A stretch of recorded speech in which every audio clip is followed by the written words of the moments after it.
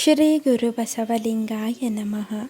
ಇಂದಿನ ಬಸವಣ್ಣನವರ ವಚನ ಹೀಗಿದೆ: ಲಾಂಛನ ಹೊರಗೆ ಬಂದಿರಲು ಒಳಗೆ ಲಿಂಗಾರ್ಚನೆ ಎಂತಯ್ಯ.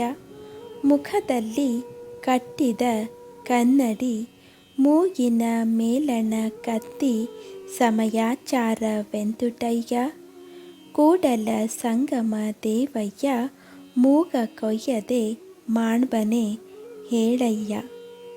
ಈ ವಚನದ ಸಾರ ಹೀಗಿದೆ: ಆತ್ಮ ಕಲ್ಯಾಣದ ಜೊತೆಗೆ ಸಮಾಜ ಕಲ್ಯಾಣವೂ ನಡೆಯುತ್ತಿರಬೇಕು.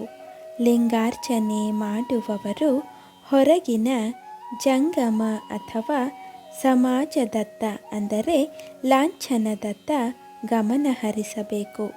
ಕನ್ನಡಿಯಲ್ಲಿ ನೋಡಿಕೊಳ್ಳುವವರು ಮೂಗಿನ ಮೇಲಿರುವ ಕತ್ತಿಯನ್ನು ಗಮನಿಸಬೇಕು.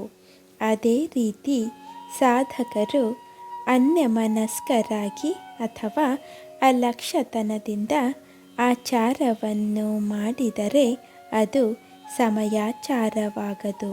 ಅಂಥವರಿಗೆ ಭಗವಂತನು ಮುಖಭಂಗವನ್ನು ಉಂಟು ಮಾಡುತ್ತಾನೆ ಎಂಬ ಬಸವಣ್ಣನವರ ಸ್ಪಷ್ಟ ಭಾವ ಅವರ ಈ ವಚನದಲ್ಲಿ ವ್ಯಕ್ತವಾಗಿದೆ.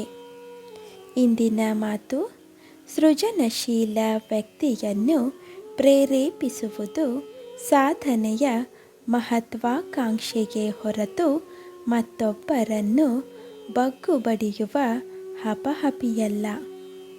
ನಾವು ಮಾಡುವ ಯಾವುದೇ ಕೆಲಸದ ಹಿಂದೆ ಶ್ರದ್ಧೆ ಮತ್ತು ವಿವೇಚನೆಗಳಿದ್ದರೆ ಅದು ಕ್ರಿಯಾಶೀಲ ಮತ್ತು ಯೋಗ್ಯ ಎನ್ನಿಸಿಕೊಳ್ಳುತ್ತದೆ. ಶರಣು ಶರಣಾರ್ಥಿಗಳು.